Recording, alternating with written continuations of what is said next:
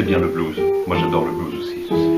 Mais le blues, comme son nom l'indique, c'est un peu la tristesse. Hein. C'est les Noirs d'Afrique qui ont emmené ça aux États-Unis, aux Antilles, tout ça. Hein. Antilles.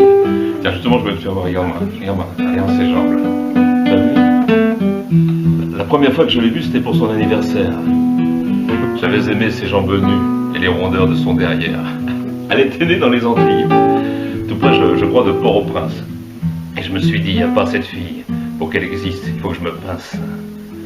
Elle était prise par un bel âtre, un peu fêlé, un peu cacou, qui se vantait souvent de se battre avec mes potes de Port-New.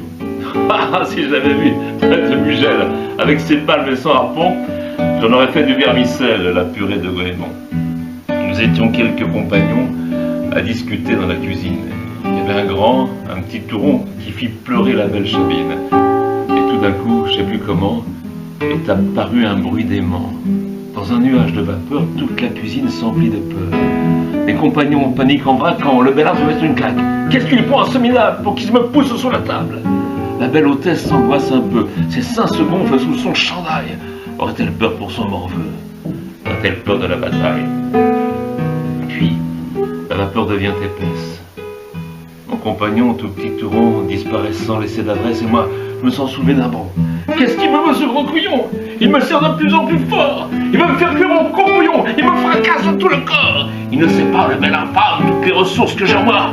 Je ne suis pas prêt de rendre l'âme. Je me défends, je me débat. Je vois sur son cou une veine mince. Je serre très fort de toutes mes pinces. Son sang s'étale sur le carreau. L'anniversaire, il est à l'eau.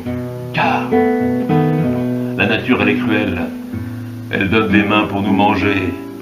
Et vous affirme au Comugel un hommage